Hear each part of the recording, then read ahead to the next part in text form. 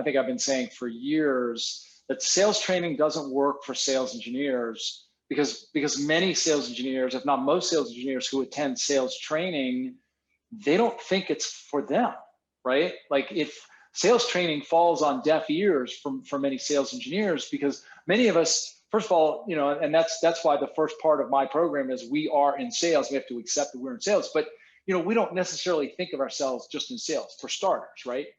But also a lot of sales training focuses more on those skills that are truly pure sales activities, right? Whether it's prospecting or qualifying or certain things that are truly sort of on the salesperson.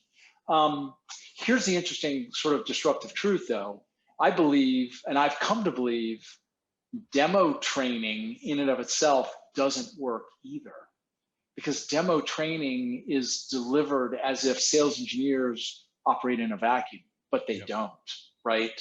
So your question is, how have I bridged that gap, and how do the salespeople feel about coming to these programs? First of all, that's one of the reasons I changed the name, because I was like, it's for a salesperson to come to a workshop being given by someone from Demo Doctor, they're probably thinking to themselves, what does this have to do with me, right?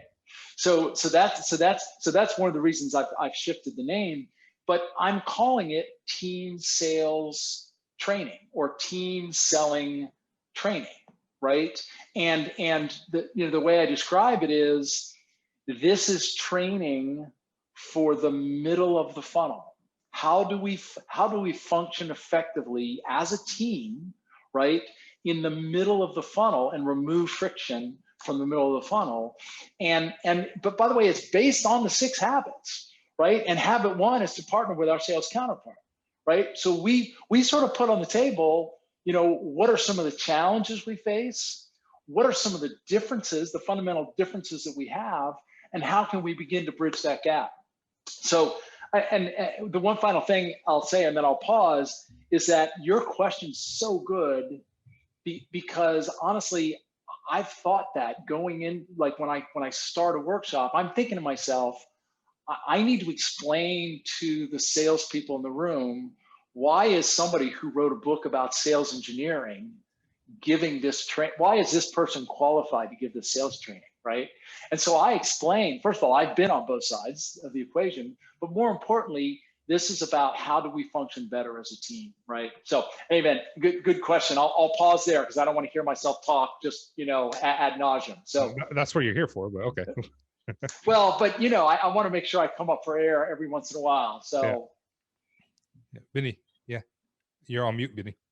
Sorry, thank you. My mistake. Classic mistake there. But I mean, obviously, you talking on that. Is it ad nauseum?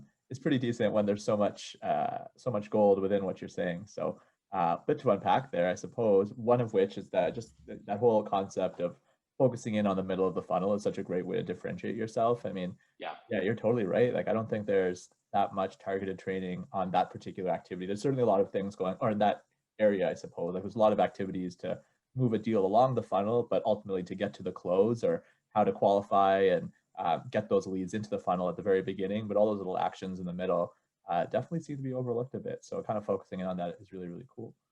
There's one question though, that if you don't mind me asking. So please. I'm sure we'll go into maybe some of the details about things as we go, but have you found that salespeople or sales reps, as you're kind of talking to them and kind of training them on things that they might not have been as exposed to in the past, do you find that they've been almost craving this knowledge after you present it to them? Obviously, SEs I'd imagine are craving the salespeople training or knowledge, I guess, that you're able to give to them. But does it work the other way around, where sales reps are really happy to be seeing the other side?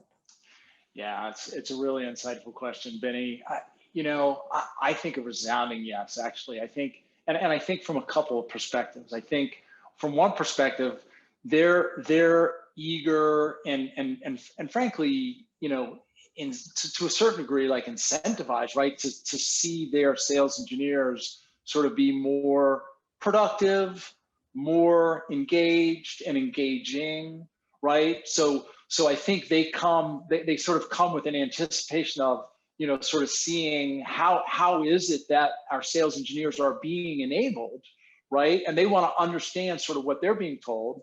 But I think the other part of it is they're learning how to better communicate with their sales engineers. And they're starting to understand some of the mistakes that they are making that are producing some of the problems that they think are sort of, coming from the other side, so to speak. And let me give you a perfect example. One of the things, in fact, that Ramsey, you and I did a webinar, I think at one point last year, and I talked about that matrix of sort of the different, I talked through that matrix of how they're different, Yep. right? And what one of the dimensions that we talked about is salespeople. What do salespeople fear the most in the context of the deal? Losing the deal. Yep. As they should. That's their job. As a sales engineer, I want to be working with a salesperson who's terrified to lose a deal, right? What do I, as a sales engineer, fear the most about losing the deal? Go ahead. I know that one. Credibility. Exactly. We fear losing credibility, right? Like, yes, the deal is important, but this is my reputation we're talking about here. When we hit certain points like that, you can literally see like lights come on for some of the sales folks in the room, like, okay, wow, I hadn't really thought about it that way, right? And they realize that there's certain assumptions that they've been making that are just wrong, right? So that's where they sort of get activated, right? Where they're like, okay, I'm learning new ways to communicate with my sales engineer in ways that will help them help me.